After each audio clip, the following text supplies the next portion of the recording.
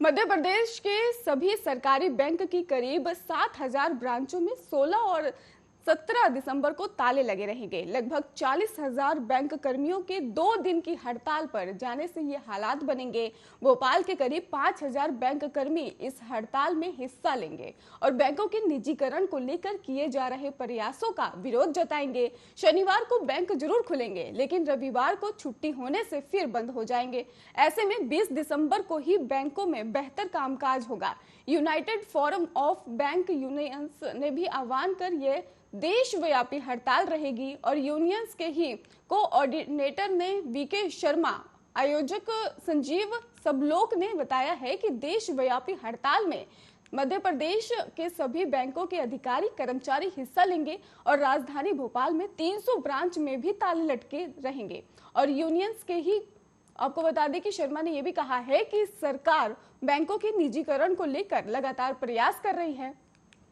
इसका देश भर में विरोध किया जा रहा है और इसलिए 16 और 17 दिसंबर को हड़ताल करके सरकार को चेताएंगे। यदि सरकार ऐसे प्रयास नहीं रोकती है तो आगे भी अनिश्चितकालीन हड़ताल पर किया जा सकता है। और बैंक हड़ताल के चलते लोगों ने ही 15 दिसंबर को ही अपने जरूरी काम जो है वो निपटा लिए थे और दूसरी ओर एटीएम में भी बैंकों द्वारा पर्याप्त राशि रखी गई है। ऐसे में हड़ताल के पहले दिन एटीएम में ही रुपए खत्म होने की गुंजाइश नहीं रहेगी, लेकिन दूसरे दिन जरूर कुछ दिक्कतें खड़ी हो सकती हैं। वहीं 2 दिन की हड़ताल के बाद बैंक शनिवार को खुलेंगे। ऐसे में 16 से 19 दिसंबर के बीच एक दिन ही मिलेगा और जब लोग अपने बैंक से जुड़े जरूरी काम पर कर सकेंगे। बैंक कर्मियों की हड़ताल को ऑल इंडिया इंश्योरेंस को लेकर भी समर्थन दिया गया है और भोजन अवकाश के दौरान इसको लेकर कर्मचारी भी एकजुट होकर प्रदर्शन करेंगे।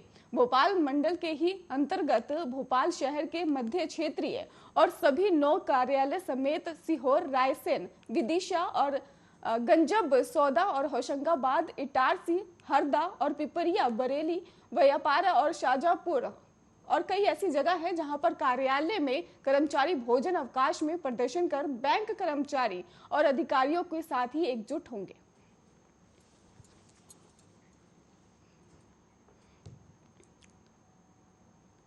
वेतन विंसगति के मुद्दे पर आंदोलन कर रहे शिक्षकों पर सरकार सख्त हो गई है। आयुक्त लोक शिक्षण संचालनालय ने भी सभी शिक्षा अधिकारियों के ऐसे शिक्षकों की जानकारी मांगी है जो धरना प्रदर्शन में भाग ले रहे थे। और आपको बता दें कि बिना सूचना गायब रहने वाले ऐसे शिक्षकों का भी अवकाश मंजूर न करने को भी कहा गया है। अनुपस्थित शिक्षकों के नियम अनुसार कारण बताओ सूचना पत्र करने को ही कहा गया है और साथ ही कार्यवाही का पालन प्रतिवेदन संचालनालय को भी उपलब्ध कराने के निर्देश दिए गए हैं। और जिला शिक्षा अधिकारियों को जारी पत्र में कहा गया है कि विगत 2 सत्र में ही कोविड-19 वायरस के प्रकोप के कारण स्कूल में पढ़ाई बाधित रही है और स्कूलों के खुलने के बाद यह अपेक्षा थी कि छात्र छात्राओं को पढ़ाई का जो नुकसान हुआ है उसे शिक्षकों द्वारा सुचारू रूप से अध्यापन किए जाने की पूर्ति होगी। और इसके बाद भी सहायक जो शिक्षक स्वर्ग के कर्मचारी अपनी मांगों के लिए रायपुर में धरना प्रदर्शन में भाग ले रहे हैं। छत्तीसगढ़ सहायक शिक्षा फेडरेशन के आह्वान पर ही प्रदेश भर के कई जिलों में शिक्षक 11 दिसंबर से आंदोलन कर रहे हैं और सोमवार को प्रदेश भर के शिक्षक रायपुर में इकट्ठा हुए और बाद में विधानसभा घेराव की कोशिश की, लेकिन पुलिस ने उन्हें शहर में ही रोक लिया। आंदोलनकारी शिक्षकों ने बताया है कि प्रदेश में शिक्षकों को अलग अलग कैटेगरी में बांटा गया है। वर्ग 1, 2 और 3 वर्ग में ही काम करने वाले शिक्षकों को एलबी कहा जा रहा है और वर्ग 2 के शिक्षकों को शिक्षक एलबी कहा जाता है और जिनका ग्रेड पे 4,400 रुपए निर्धारित है। वहीं वर्ग 3 में ही काम करने वाले शिक्षकों को सहायक शिक्षक एलबी कहा जाता है जिनका ग्रेड पे है और 2,400 रुपए निर्धारित है। इसके चलते ही वर्ग 2 और 3 के सहायक शिक्षकों के वेतन में प्रति महीने लगभग 12,000 रुपए का अंतर आ जाता है। सहायक शिक्षकों की मांग है कि इस अंतर को कम कर 1,000 से 2,000 रुपए तक किया जाए। शिक्षक ये मांग कई सालों से करते आ रहे हैं और मुख्यमंत्री भूपेश बघेल के निर्देश पर ही एक कमेटी बनाई गई थी और इस कमेटी को 90 दिन के भीतर ही रिपोर्ट देनी थी। पिछले 4 दिसंबर को ये समय सीमा भी व्यतीत हो चुकी है और इसके बाद शिक्षक फिर से आंदोलन पर उतर आए।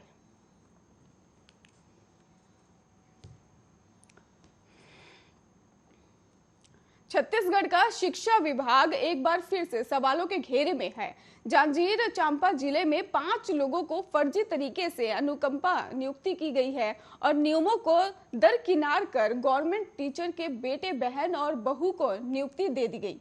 जबकि शासन के नियम अनुसार किसी परिवार में शासकीय कर्मचारी है तो दूसरे सदस्य को अनुकंपा नियुक्ति नहीं दी जा सकती।